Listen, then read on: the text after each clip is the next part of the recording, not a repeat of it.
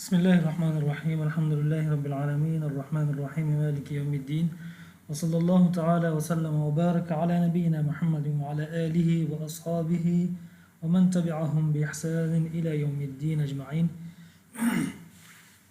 یہ علم و مصطلح الحدیث کے دورے کا 7واں درس ہے. ہماری گفتگو صحت حدیث کی شروط خمسہ میں چل رہی تھی. صحت حدیث کی 5 شرطیں میں نے بیان کی تھی اور میں نے عرض کیا تھا کہ ان 5 شرطوں میں سے 3 شرطیں یہ وجودی ہیں اور 2 شرطیں عدمی ہیں. یعنی 3 امور کا موجود ہونا یہ شرط ہے صحت حدیث کے لیے، اور 2 امور کا نہ ہونا، معدوم ہونا، 2 امور سے خالی ہونا، سالم ہونا، یہ شرط ہے صحت حدیث کے لیے. تو 5 شرطیں میں نے بیان کی تھیں.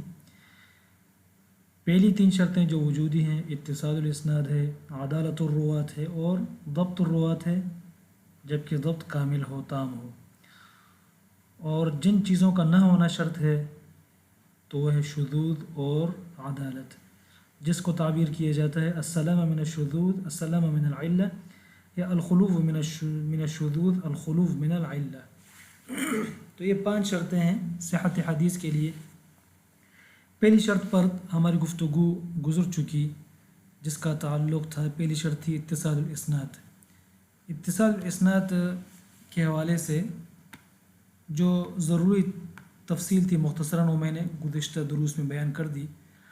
آج کے درس میں انشاءاللہ تعالی اور اگلے دروس میں صحت حدیث کی دوسری شرط، وجودی شرط، جو کہ عدالت الروات ہے، اس پر گفتگو کریں گے. ایک عدالت فی الشہادہ ہوتی ہے جو فقہاء اپنی کتابوں میں بیان کرتے ہیں، اور ایک ہے عدالت فی الروایہ. تو جس عدالت کی ہم یہاں پر تعریف کریں گے اور جس عدالت سے ہم بحث کریں گے، یہ عدالت فی الروایہ ہے، عدالت فی الشہادہ نہیں ہے.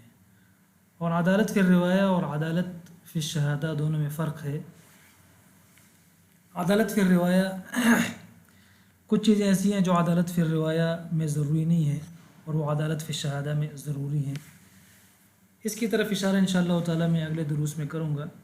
بہرحال تو عدالت فی الروایہ محدثین کے ہاں کسے کہتے ہیں؟ ملکۃ تحمل صاحبها علی ملازمۃ التقوی والمروءہ.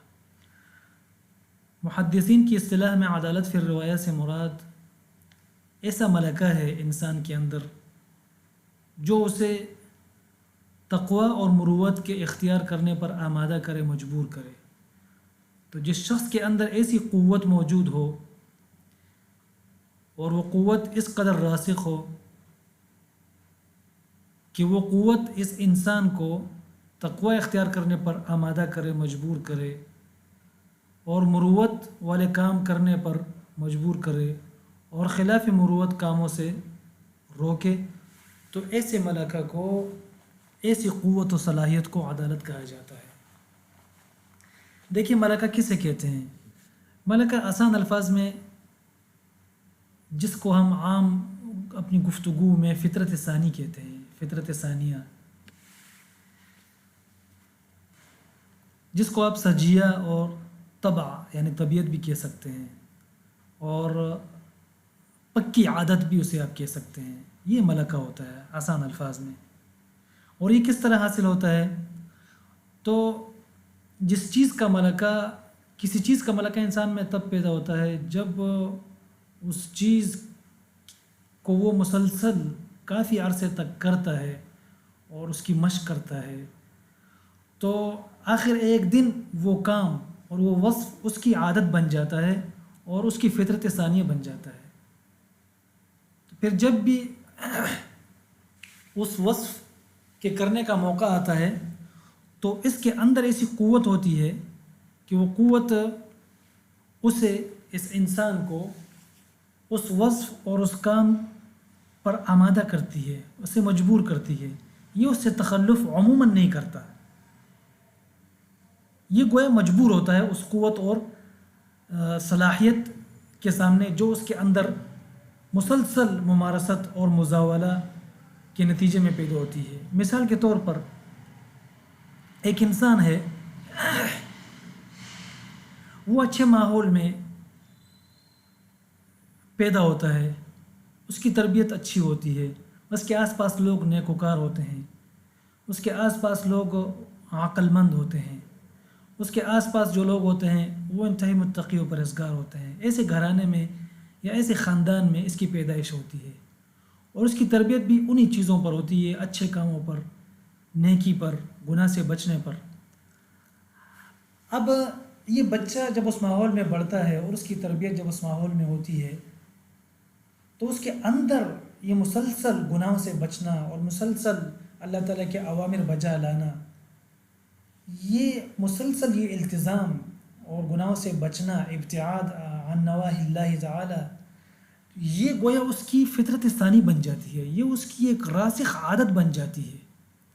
اور اسی راسخ عادت کو جب یہ التزام پکی عادت بن جائے، التزام اللہ تعالیٰ کے اوامر کا التزام اور اللہ تعالیٰ کے نواہی سے اجتناب، جب یہ اس کی پکی عادت بن جائے تو اسے ہی عدالت کہا جاتا ہے.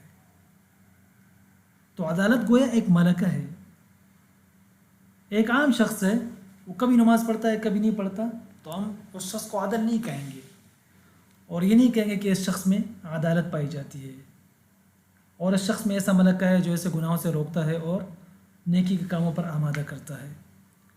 تو خیر، ملکہ جو ہے، ملکہ وہ مسلسل ممارست کسی وصف کا، کسی کام کا ملکہ تب حاصل ہوتا ہے جب انسان اس کام میں، اس وصف میں مسلسل لگا رہتا ہے، مسلسل ممارست کرتا ہے، مزاولہ کرتا ہے اور ساتھ ساتھ میں اللہ تعالیٰ کی توفیق بھی اس کے ساتھ شامل حال ہوتی ہے.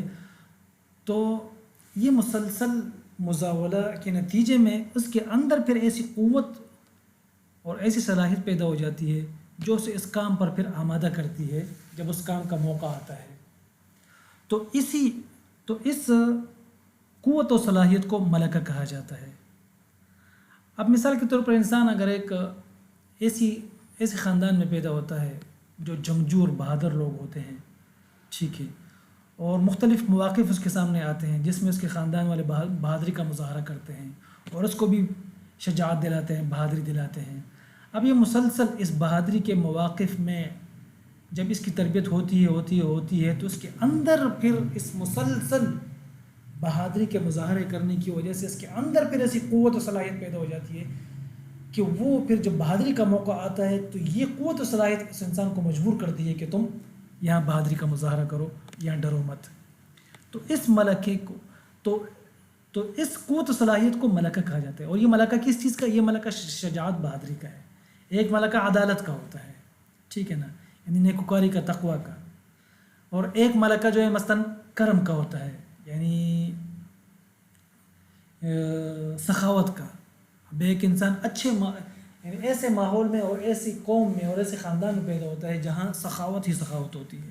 تو یہ مسلسل یہ سخاوت کے مظاہر دیکھتے ہوئے اور خود بھی ظاہر اس کی تربیت بھی ایسی ہی ہوتی ہے، جب وہ خود بھی مختلف مواقف میں، مختلف مواقع میں جب وہ سخاوت کا مظاہرہ کرتا ہے تو اس مسلسل سخاوت اور کرم کے مزاولہ اور ممارست سے اس کے نتیجے میں اس کے اندر اللہ تعالیٰ کی ایسی قوت و صلاحیت پیدا کر دیتے ہیں جو اور یہ قوت و صلاحیت پر انسان کو جب بھی سخاوت کا موقع آتا ہے یہ اس کو مجبور کرتی ہے، یہ قوت، کہ تم یہاں پر سخاوت کا مظاہرہ کرو. تو یہ سخاوت کا ملکہ ہے. تو ہر چیز کا، ہر وصف کا اپنا ملکہ ہوتا ہے. اچھا، ملکہ اچھی چیزوں کا بھی ہوتا ہے، مثبت چیزوں کا بھی ہوتا ہے اور منفی چیزوں کا بھی ہوتا ہے، سلبی چیزوں کا بھی ہوتا ہے، ایجابی چیزوں کا بھی ہوتا ہے. گناہ کا بھی ملکہ ہے.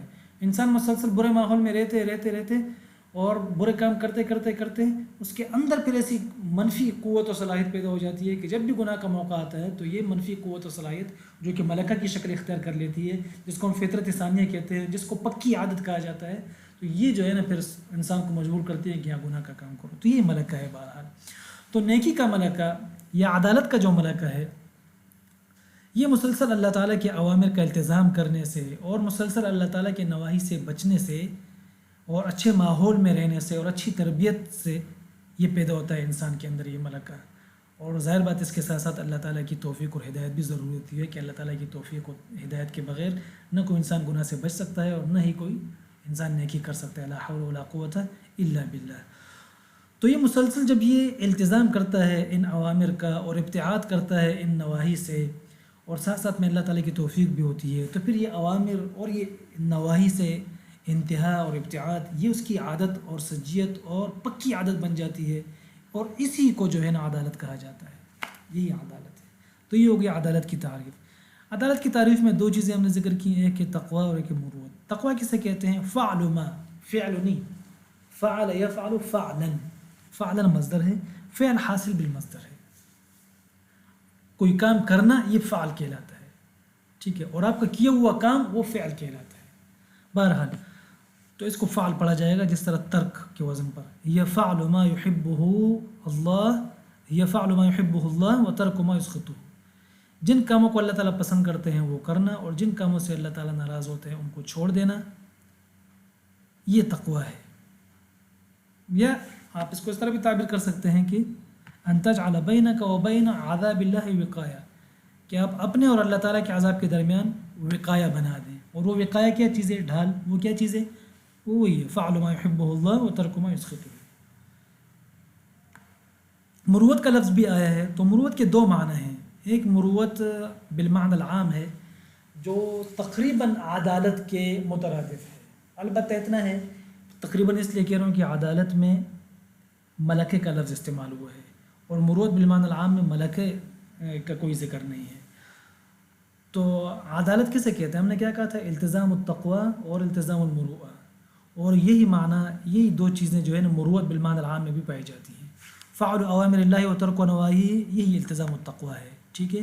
والتزام سمت اہل الصلاح والعقل بحسب العرف الزمنی والبلدی، ہر زمانے اور ہر علاقے کے اعتبار سے جو عادات اور اطوار نیک لوگوں کے ہیں، ٹھیک ہے، اور عقل مند اور ہوشیار لوگوں کے ہیں، تو ان عادات و اطوار کو اپنانا اور ان کو نہ چھوڑنا، ٹھیک ہے نا، یہ مروت ہے بالمعنی العام۔ تو مروت بالمعنی العام میں دو چیزیں پائی جاتی ہیں، التزام التقوی اور دوسرا التزام سمت اہل الصلاح والعقل بحسب العرف البلدی والزمانی، یہ دو چیزیں ہیں، اور یہی دو چیزیں عدالت میں پائی جاتی ہیں، ٹھیک ہے، مع زیادت قید الملکۃ ہونا، البتہ وہاں پر جو ہے نا ملکہ کی ایک قید ہے اضافی طور پر۔ تو یہ ہو گیا مروت بالمعنی العام۔ تو مروت بالمعنی العام میں دو چیزیں ہیں، ایک ہے التزام التقوی اور دوسرا ہے التزام سمت اہل الصلاح والعقل بحسب العرف الزمنی والبلدی، جس زمانے میں اور جس علاقے میں نیک لوگ جو کام کرتے ہیں اور جن سے بچتے ہیں، درحال ہے کہ وہ کام مباح ہے، ٹھیک، کیونکہ اگر وہ حرام ہے تو ان سے بچنا وہ تقوی کہلاتا ہے، وہ پہلے ذکر ہو گیا، فعل اوامر اللہ و ترک نواہی ہے۔ اچھا، تو وہ مباح کام جن سے کسی زمانے میں یا کسی علاقے میں لوگ، نیک لوگ اور عقل مند لوگ بچتے ہیں یا کرتے ہیں وہ کام، تو ان کاموں کا التزام کرنا، کرنے اور نہ کرنے میں، یعنی جن سے وہ بچتے ہیں ان سے بچنا، جن سے جو وہ کرتے ہیں کسی موقع پر ان کو کرنا، تو ان امور کا التزام، سمت اہل الصلاح والعقل کا التزام، ٹھیک ہے نا، یہ دوسرا جز ہے مروت بالمعنی العام کا۔ اور میں نے آپ سے عرض کیا کہ مروت بالمعنی العام یہ عدالت کے مترادف ہے تقریباً، چنانچہ جب یہ عدالت کے مترادف ہے تو لہٰذا جو شخص متقی نہیں ہوگا، ٹھیک ہے نا، تو وہ صاحب مروت بھی نہیں ہو سکتا، جو شخص متقی نہیں ہوگا تو وہ صاحب مروت بھی نہیں ہو سکتا، وہ محروم المروہ ہوگا۔ کیوں؟ میں نے آپ سے عرض کیا کہ مروت بالمعنی العام وہ عدالت کے مترادف ہے، اور عدالت میں دو چیزیں ہیں، اور مروت بالمعنی العام میں بھی دو چیزیں ہیں، البتہ عدالت میں ایک امر اضافی ہے جو کہ ایک اضافی چیز ہے، اور وہ کیا ہے؟ ملکہ ہے۔ بہرحال دو چیزوں میں دونوں مشترک ہیں، اور وہ کیا ہے؟ تقوی کا التزام اور مروت کا التزام، ٹھیک ہے نا۔ اور مروت بالمعنی العام میں بھی دو چیزیں ہیں، تقوی کا التزام اور سمت اہل الصلاح والعقل کا التزام، ٹھیک ہے۔ تو جو شخص متقی نہیں ہوگا تو وہ مروت بالمعنی العام کے اعتبار سے وہ محروم المروءہ ہوگا۔ کیوں؟ مروت بالمعنی العام میں التزام التقوی شرط ہے، اور وہ عادل بھی نہیں ہوگا، ظاہر بات ہے، کیوں؟ عدالت میں التزام التقوی شرط ہے۔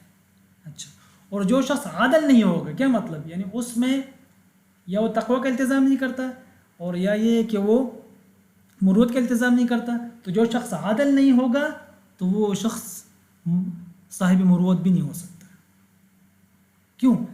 اس لیے کہ جب وہ عدل نہیں ہوگا، یعنی اس میں یا تو وہ تقوی اس نے چھوڑ دیا ہے، یا یہ کہ وہ تقوی کا التزام نہیں کرتا، یا یہ ہے کہ وہ مروت کا التزام نہیں کرتا. اور یہ دونوں چیزیں جو ہے نا مروت بالمعنی العام میں بھی ہیں.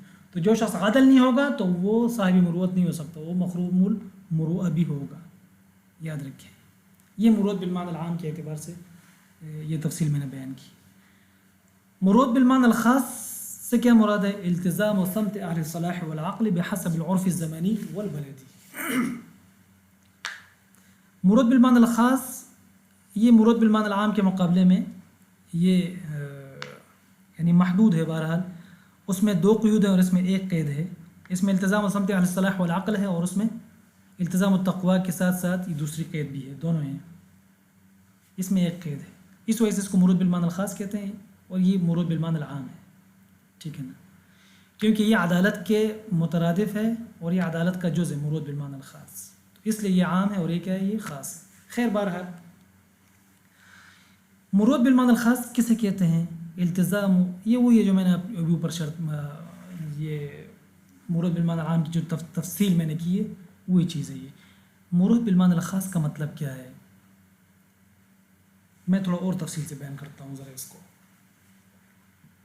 کیونکہ آگے نیچے جو قید ہے کہ مروت اور اس کے احکام بلدان اور ازمان کے اختلاف سے بدلتے رہتے ہیں. اور یہی چیز جو ہے نا ہم نے اس تعریف میں اس کو واضح کیا ہے. یہ قید جو ہم نے لگائی ہے بحسب العرف الزمانی والبلدی، اسی قید سے یہ قاعدہ جو ہے متفرع ہوتا ہے. یہ تفریع اسی قید پر متفرع ہے. ٹھیک ہے، میں ذرا اس کی مزید تشریح کرتا ہوں. دیکھیں، کسی زمانے میں، کسی وقت میں اور اسی طرح کسی علاقے میں، یہ یاد رکھیں کہ مروت کا تعلق جو ہے نا، مروت کا تعلق مروت بالمعنی الخاص، اس کا تعلق یہ امور مباح سے، مباح امور سے. کچھ مباح امور ایسے ہوتے ہیں جن سے نیک لوگ اور ہوشیار اور عقل مند لوگ، دانشمند لوگ ان سے بچتے ہیں. اور کچھ مباح امور ایسے ہوتے ہیں، مباح کام ایسے ہوتے ہیں جن کو عام لوگ نہیں کرتے ہیں. ٹھیک ہے، لیکن یہ کہ اہل الصلاح، عقل مند لوگ اور نیک لوگ وہ اس کا التزام کرتے ہیں. ٹھیک ہے، اب جس علاقے میں اور جس زمانے میں، جس وقت میں نیک لوگ اور عقل مند لوگ جن مباح کاموں سے بچتے تھے تو ان سے بچنا یہ مروت ہے، اور جن مباح کاموں کو وہ کرتے تھے ان مباح کاموں کو ان کے موقع آنے پر کرنا یہ مروت ہے. ٹھیک ہے، تو پتہ چلا کہ اس تعریف سے پتہ چلا کہ مروت میں زمانے کا اور مکان کا اعتبار ہے. کچھ چیزیں ایسی ہیں جو پہلے زمانے میں اہل الصلاح والعقل، عقل مند اور ہوشیار لوگ اور نیک لوگ، ان کے ہاں ان کاموں کا کرنا مروت میں شمار ہوتا تھا، ان کو نہ کرنا خلاف مروت میں شمار ہوتا تھا. ٹھیک ہے، ان کاموں سے بچنا خلاف مروت میں شمار ہوتا تھا اور ان کو کرنا خلاف مروت میں شمار ہوتا تھا. مثال کے طور پر مثلاً کافی عرصہ پہلے بازار میں کھانا کھانا یہ خلاف مروت سمجھا جاتا تھا، حالانکہ مباح ہے، یہ مباح کام ہے. لیکن عقل مند لوگ اور نیک لوگ، مشائخ وغیرہ، وہ علماء، وہ اس طرح نہیں کرتے تھے. وہ بازار میں کھانا نہیں کھایا کرتے تھے اس یعنی پرانے زمانے میں. لیکن آج کل کے زمانے میں بازار میں کھانے کا بالکل رواج ہو گیا ہے، اور علماء، مشائخ، بڑے بڑے لوگ، ہوشیار، غیر ہوشیار، سب کھاتے ہیں. تو گویا ایک کام ایک زمانے میں تو مروت والا تھا، اس زمانے میں، یعنی اس زمانے میں اس کو نہ کرنا مروت میں شامل تھا اور کرنا خلاف مروت تھا. آج کے زمانے میں جو ہے کوئی اس میں عیب نہیں سمجھتا اس کو کرنا. اسی طرح ٹوپی پہننا جو ہے خصوصاً نیک لوگ وہ اسے مروت کا حصہ سمجھتے ہیں. ٹھیک ہے، اور خصوصاً پہلے زمانے میں اس کا بہت التزام کیا جاتا تھا. اگرچہ آج کل ہمارے مدارس میں اور ہمارا جو دیندار ماحول ہے خصوصاً مدارس کا، اس میں اب بھی اس کو ٹوپی نہ پہننا خلاف مروت سمجھا جاتا ہے، حالانکہ یہ مباح ہے. لیکن اسی طرح ہمارا گاؤں ہے، ہم جس گاؤں سے تعلق رکھتے ہیں ہزارہ میں بیلیاں، وہاں ابھی تک تقریباً ابھی قریب زمانے تک ٹوپی نہ پہننا اس کو بہت زیادہ معیوب سمجھا جاتا تھا. تو ہر قسم کا انسان، خواہ وہ نیک ہو، صالح ہو، جیسے بھی ہو، یا کسی بھی شعبۂ زندگی سے تعلق رکھتا ہو، چاہے نماز پڑھتا ہو نہ پڑھتا ہو، لیکن ٹوپی رکھنا وہاں پر گویا یہ ضروری تھا، اور ٹوپی نہ رکھنے اس کو انتہائی معیوب سمجھا جاتا تھا اور لوگ اس کے پیچھے باتیں کرتے تھے. لیکن یہ کہ آج ہوئی ہمارا گاؤں ہے، وہاں پر اس چیز کا اتنا التزام نہیں ہوتا ہے، بغیر ٹوپی کے بھی لوگ پھرتے ہیں، اگرچہ کافی حد تک ابھی بھی التزام ہوتا ہے. تو دیکھیں ایک اب یہی ٹوپی پہننا جو ہے نا، اس ہمارے علاقے میں یہ مروت کا حصہ شمار ہوتا ہے، نہ پہننا خلاف مروت. لیکن دوسرے علاقوں میں ایسی کوئی قید نہیں ہے، دوسرے علاقوں میں اگر کوئی بغیر ٹوپی کے گھومے تو کوئی مشکل نہیں. تو خیر بہرحال تو مروت میں جو ہے زمانے کو اور جگہ کو دخل حاصل ہے. اب کچھ عادتیں ایسی ہوتی ہیں جو کچھ جگہوں پر خلاف مروت سمجھی جاتی ہیں، بلکہ اس کو انتہائی معیوب سمجھا جاتا ہے. مثلا آواز کے ساتھ ریح نکالنا. اب یہ ہمارے علاقوں میں افغانستان اور یہ وزیرستان اور یہ جو خیبر پختونخوا وغیرہ، ان علاقوں میں اس کو انتہائی معیوب سمجھا جاتا ہے. بلکہ ہمارے والد صاحب رحمہ اللہ ایک واقعہ سنایا کرتے تھے کہ ایک حجرے میں لوگ بیٹھے ہوئے تھے، پٹھان تھے سب، تو اس میں ایک انسان ہے، بہرحال ایک شخص سے ہوا خارج ہو گئی آواز کے ساتھ، تو اس نے شرمندگی کی وجہ سے سر اپنا چھپا لیا اور کافی دیر تک سر چھپائے رکھا اس نے.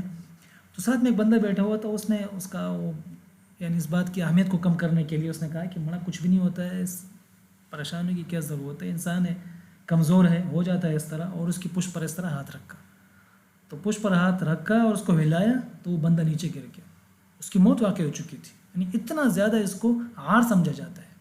لیکن یہ کام دوسرے علاقوں میں، پاکستان کے دوسرے علاقوں میں اس کو عار نہیں سمجھا جاتا. میں نام نہیں لیتا ہوں، بہرحال یہ مقصد میرا سمجھانا تھا. تو مروت میں جو ہے علاقے کو دخل ہوتا ہے. کچھ کام بعض علاقوں میں جو ہے وہ مروت اس کے خلاف ہوتے ہیں، اور وہی کام دوسرے علاقوں میں جو ہے اس میں کوئی عار نہیں سمجھا جاتا. اب مثلاً لنگی پہننا، لنگی کہتے ہیں میرے خیال میں اس کو، شلوار کی جگہ جو پنجاب وغیرہ میں پہنی جاتی ہے، ٹھیک ہے. اب یہی کام اگر آپ خیبر پختونخوا میں یا افغانستان میں یا آس پاس کے علاقوں میں اگر کوئی کرے گا تو اس کو انتہائی معیوب سمجھا جائے گا. تو یہ چیز یہاں خلاف مروت ہے اور وہاں پر عین مروت ہے. تو یہ ہو سکتا ہے اس طرح ہوتا ہے. اچھا، پھر مروت کے لیے ضروری ہے، کسی شخص میں مروت کے تحقق کے لیے ضروری ہے کہ وہ اہل الصلاح اور اہل العقل دونوں کے سمت کا، دونوں کی عادات اور اطوار کا التزام کرے. اب اگر وہ ان دونوں میں سے کسی ایک کے سمت اور عادات و اطوار کا التزام کرتا ہے، اہل عقل کی عادات اور اطوار کا التزام کرتا ہے، اہل الصلاح کی عادات و اطوار کا التزام نہیں کرتا، یا برعکس کہ اہل الصلاح کی عادات و اطوار کا التزام کرتا ہے مگر اہل العقل کی عادات اور اطوار کا التزام نہیں کرتا، تو ایسے شخص کو بھی بے مروت کہا جائے گا اور ایسے شخص میں مروت کو تسلیم نہیں کیا جائے گا. تو مروت کے لیے ضروری ہے کہ اہل الصلاح اور اہل العقل دونوں کے سمت کا التزام کرے، دونوں کے عادات و اطوار کا کرنے اور نہ کرنے میں التزام کرے. یہ ضروری ہے. ایک تو یہ بات ضروری قید تھی اس لیے میں نے بتائی، دونوں شرطیں ضروری ہیں. ایک تو یہ. اچھا، اب یہاں پر عدالت کی تعریف میں مروت سے کون سے معنی مراد ہے؟ مروت بالمعنی العام یا مروت بالمعنی الخاص؟ ظاہر بات ہے مروت بالمعنی الخاص، کیونکہ مروت بالمعنی العام میں دو چیزیں، التزام التقوی جو کہ پہلے گزر چکا ہے، ٹھیک ہے، اس سے پہلے والا لفظ میں ملازمت التقوی میں یہ اس کا ذکر آ چکا ہے، ٹھیک ہے. تو اس لیے مروت بالمعنی العام کو لینا یہاں پر یہ گویا تکرار ہوگا. تو اس لیے یہاں پر مروت بالمعنی الخاص کو لینا زیادہ بہتر ہے، کیونکہ جو معنی گزشتہ لفظ سے ادا ہو چکے ہیں، ٹھیک ہے نا، تو اس کا دوبارہ تکرار کرنا یہ مناسب نہیں ہے شنیع اور خصوصاً تعریفات میں. تو اس لیے دوسرے لفظ میں آپ اس معنی کو ذکر کریں جس معنی کا پہلے ذکر نہیں ہوا ہے، اور وہ ہے التزام و سمت علی الصلاح والعقل بحسب العرف البلدی والزمانی. اور یہ معنی، صرف یہ معنی، یہ مورد بالمعنی الخاص میں پائے جاتے ہیں، اور یہ پہلے والے معنی میں یہ معنی بھی پائے جاتے ہیں، اور التزام التقوی اضافی معنی بھی پائے جاتے ہیں جو پہلے گزر چکے ہیں. ایک تو یہ بات بہرحال تھی جو میں نے کر لی. اب یہاں پر ایک اعتراض ہے جس کا جواب میں دینا چاہتا ہوں، اور وہ اعتراض عام ہے. وہ اعتراض یہ ہے کہ آپ نے جو عدالت کی تعریف کی اس تعریف پر اور عدالت بئی معنی یہ کسی انسان میں سوائے پیغمبر کے نہیں پائی جا سکتی، کیونکہ آپ نے عدالت کی تعریف کیا کی کہ عدالت اس ملکے کو کہتے ہیں تحمل صاحبها على ملازمة التقوى والمروءة۔ تو اس سے پتہ چلا کہ عادل وہ شخص ہے جو کبھی غلطی نہ کرے، اور اگر کسی شخص سے کوئی غلطی ہو گئی تو وہ شخص عادل نہیں رہے گا، کیونکہ اس سے عدالت منتفی ہو گئی۔ تو عدالت بئی معنی یہ تو عصمت کے مترادف ہے اور اس کے ہم معنی ہے، تو عدالت میں اور عصمت میں پھر کیا فرق ہوا؟ حالانکہ گناہوں سے معصوم ہونا یہ صرف انبیاء کی صفت ہے اور فرشتوں کی صفت ہے، لا یعصون اللہ ما امرهم۔ تو یہ تعریف عدالت کی، عدالت بئی معنی یہ تو کسی انسان میں نہیں پائی جا سکتی سوائے انبیاء اور رسول کے علیہم الصلوۃ والتسلیمات۔ تو اس لیے ان حضرات نے، ان معترضین نے، کیونکہ یہ کہتے ہیں کہ اس تعریف کے مطابق کوئی شخص غلطی اگر کرے گا تو اس شخص سے عدالت منتفی ہو جائے گی اور اس عادل نہیں رہے گا۔ تو یہ تو ایک پیغمبر ہی اس طرح کر سکتے ہیں، اور فرشتے ہی اس معنی میں جو ہے نا ان میں عدالت پائی جاتی ہے، کسی عام انسان میں تو خواہ وہ صحابی ہو، ولی ہو، جو بھی ہو، اس میں اس معنی میں عدالت نہیں پائی جا سکتی۔ اس معنی کے اعتبار سے تو پھر پوری امت میں کوئی بھی عادل نہیں ہے سوائے رسول اللہ صلی اللہ تعالیٰ علیہ وسلم کی، کیونکہ ہر ایک سے کسی نہ کسی درجے میں اور کسی نہ کسی مقدار میں بہرحال گناہ ہوئے ہیں، اگرچہ بعد میں توبہ کی ہے، جو انبیاء، جو صحابہ کرام ہیں یا دیگر اولیاء حضرات وغیرہ ہیں۔ تو اس لیے اس اعتراض سے بچنے کے لیے کچھ حضرات نے انہی لوگوں نے پھر عدالت کی ایک اور تعریف کی ہے، یا عدل کی ایک اور تعریف کی ہے کہ عدل کسے کہتے ہیں؟ عدل اسے نہیں کہتے جو صاحب ملکہ ہو، ٹھیک ہے نا، بلکہ عدل کسے کہتے ہیں؟ عدل اس شخص کو کہتے ہیں من کان غالب امرہ طاعت اللہ، جس کے اکثر امور، اکثر احوال اللہ تعالیٰ کی طاعت پر مبنی ہوں، بس وہ شخص عادل ہے، یعنی اکثر و بیشتر وہ اس سے گناہ نہیں ہوتا، اور اکثر و بیشتر اس سے فرائض واجبات وغیرہ نہیں چھوٹتے، تو بس ایسا شخص عادل ہے۔ اور اس معنی میں جو ہے نا پھر عدول کی بہت زیادہ تعداد ہے، انبیاء کے علاوہ بھی پھر عدول ہو سکتے ہیں اور ہیں، بالفعل ہیں۔ تو یہ بہرحال ایک اعتراض ہے، اور اس اعتراض سے پھر بچنے کے لیے حضرات نے پھر یہ تعریف کی ہے۔ بظاہر یہ تعریف بہت اچھی ہے اور اس میں کوئی اشکال بھی اس طرح نہیں ہے، کوئی اعتراض بھی اس طرح کا نہیں ہے، جو پہلے جو عدالت کی اس تعریف پر جو ہم نے کیا ہے وہ اعتراض بھی اس پر نہیں آتا، اور تعریف بھی واقعے کے بالکل مطابق ہے۔ اصل میں یہ غلط فہمی کہاں سے پیدا ہوئی؟ ابھی جواب دے رہا ہوں میں اس کا۔ یہ غلط فہمی ایک بات کو نہ سمجھنے سے پیدا ہوئی ہے۔ ٹھیک ہے، عدالت اور عدل کی تعریف میں اس معترض نے فرق نہیں کیا ہے، پہلے میں یہ بات کہنا چاہتا ہوں۔ عدالت کی تعریف تو ہوئی جو ہم نے کی کہ اس ملکہ کو کہتے ہیں تحمل صاحبہ علی ملازمۃ التقوی والمروءہ، اور عدل کسے کہتے ہیں؟ جس میں یہ ملکہ موجود ہو اس کو عدل کہتے ہیں، من لہ ملکۃ تحملہ علی ملازمۃ التقوی والمروءہ۔ ایک تو یہ بات ہوگی۔ تو اس معترض نے عدالت اور عدل کی تعریف میں فرق نہیں کیا، اس وجہ سے اس کو یہ اشکال پیدا ہوا۔ تو عدالت کی تعریف تو ہوئی جو ہم نے کی، اور عدل کی تعریف کیا ہے؟ من لہ ملکہ، عدالت ملکہ کو کہتے ہیں تحمل صاحبہ علی ملازمۃ التقوی والمروءہ، اور عدل کیسے کہتے ہیں؟ عدل ملکے کو نہیں کہتے ہیں، عدل من لہ ملکہ کو کہتے ہیں تحمل صاحبہ علی ملازمۃ التقوی، تحملہ علی ملازمۃ التقوی والمروءہ، عدل من لہ ملکہ تحملہ علی ملازمۃ التقوی والمروءہ۔ ٹھیک ہے، ایک تو یہ بات، ایک تو اس نے یہ فرق نہیں کیا۔ دوسری بات جس میں جواب مضمر ہے ہمارا وہ یہ ہے کہ یاد رکھیں ہمیشہ وصف الرجل بأن له ملكة في وصف معين لا يلزمه وصفه بذلك أن يكون ملتزما به دائما أبدا۔ یاد رکھیں کیا مطلب ہے اس کا، میں نے یہاں ضابطہ لکھا بھی ہوا اپنے تعبیر میں۔ بہرحال جب ہم کسی شخص کو کسی وصف کے ملکے کے ساتھ موصوف کرتے ہیں کہ اس شخص میں فلاں ملکہ پائے، فلاں چیز کا ملکہ پایا جاتا ہے، مثلا اس شخص میں شجاعت کا ملکہ پایا جاتا ہے، یعنی یہ شجاع ہے، اس شخص میں کرم کا، سخاوت کا ملکہ پایا جاتا ہے۔ جب ہم کسی شخص کو کسی وصف معین میں ملکے کے ساتھ موصوف کرتے ہیں تو اس سے یہ کبھی لازم نہیں آتا کہ اس ملکے کا اس شخص سے تخلف نہیں ہو سکتا اور یہ شخص ہمیشہ اس وصف کے ساتھ موصوف رہے گا اور یہ وصف اس شخص سے کبھی جدا نہیں ہو سکتا۔ اس کا یہ مطلب کبھی بھی نہیں ہے۔ آسان الفاظ میں یوں سمجھ لیں کہ ملکے کا تخلف صاحب ملکہ سے ممکن ہے، بلکہ واقعتاً ایسا ہوتا بھی ہے۔ مثال کے طور پر ملکے کا تخلف صاحب ملکہ سے ممکن ہے بلکہ واقع ہے، جیسے کہ میں نے ابھی کہا۔ مثال کے طور پر مثلا ایک شخص ہے، ہم اس کے بارے میں کہتے ہیں کہ یہ شجاع ہے، کیا مطلب؟ یعنی اس میں شجاعت کا ملکہ پایا جاتا ہے۔ تو کیا اس کا یہ مطلب ہے کہ اس شخص سے کسی بھی موقف میں، کسی بھی موقع میں اس شخص سے بزدلی کا صدور نہیں ہوا ہوگا؟ کیا بہادر شخص ہمیشہ بہادری دکھاتا ہے؟ اسی طرح ہم مثلا ایک شخص ہے، اس کے بارے میں کہتے ہیں کہ یہ سخی ہے، کیا مطلب؟ یعنی اس شخص میں سخاوت کا ملکہ پایا جاتا ہے۔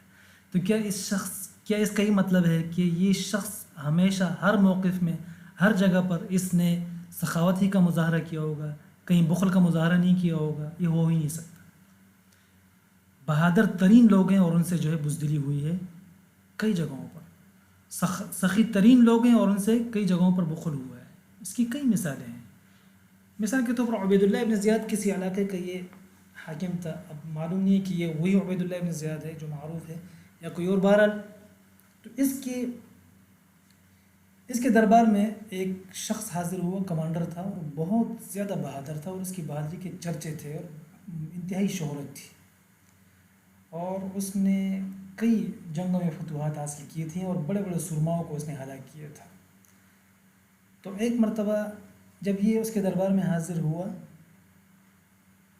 تو اچانک اس کا رنگ بدلنے لگا، تو حاکم بہت حیران ہوا کہ کیا ہو گیا اس کو۔ اس نے سے پوچھا کیا ہوا؟ اس نے اشارہ کیا اس طرف کہ یہ چوہا ہے۔ تو وہ چوہے کو دیکھ کر تو وہ حاکم عبید اللہ بن زیاد بہت زیادہ حیران ہو گئے کہ اتنا بڑا بہادر شخص اور چوہے کو دیکھ کے یہ ڈر گیا ہے۔ تو دیکھیں کتنا بہادر شخص تھا، لیکن اس موقع پر اس سے بزدلی کا مظاہرہ ہوا ہے۔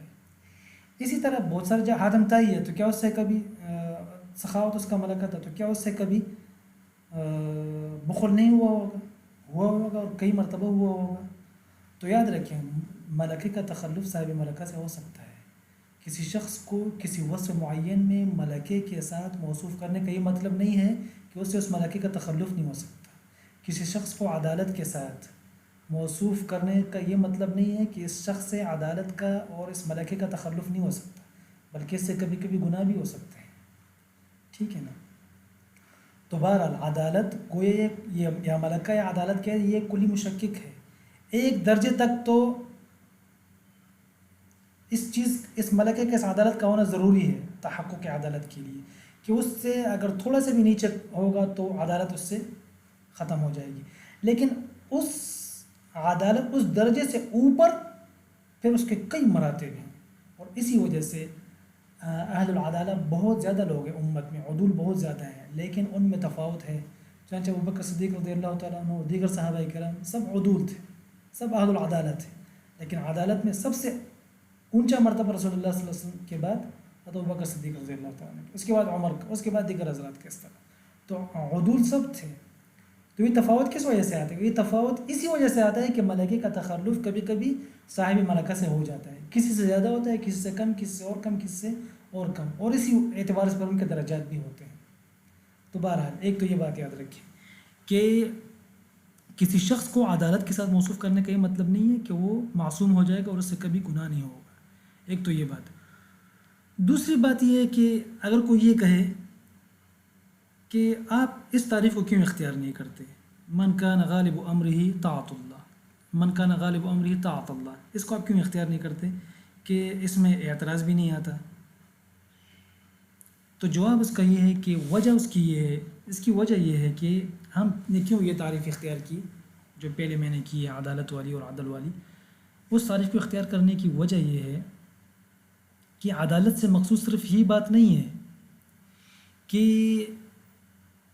عدالت فی الروایت سے، یا جو عدل ہوتا ہے، راوی جو عدل ہوتا ہے، اس سے یہ مقصود نہیں ہوتا صرف کہ اس شخص کے غالب امور اللہ تعالیٰ کی طاعت پر مبنی ہے. صرف یہ بتانا مقصود نہیں ہوتا ہے عدل سے یا عدالت سے کہ اس شخص کے اکثر احوال طاعت والے ہیں، بلکہ ایک اور چیز ہے جس کو بتلانا مقصود ہوتا ہے، اور وہ مقصود صرف ہماری بیان کردہ تعریف سے حاصل ہو سکتا ہے. من کان غالب امرہ طاعت اللہ، اس سے حاصل نہیں ہو سکتا. اور وہ مقصود کیا ہے؟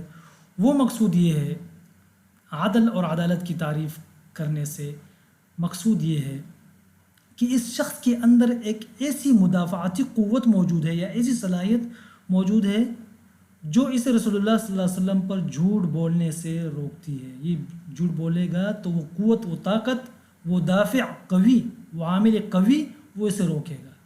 اب یہ مقصد جو ہے ملکے کا لفظ ذکر کرنے سے تو حاصل ہوتا ہے، من کان غالب امرہ طاعت اللہ وغیرہ سے یہ مقصود یہ حاصل نہیں ہوتا. تو اس وجہ سے ہماری بیان کردہ تعریف یہ زیادہ بہتر ہے. سبحانک اللہم و بحمدک، اشہد ان لا الہ الا انت، نستغفرک و نتوب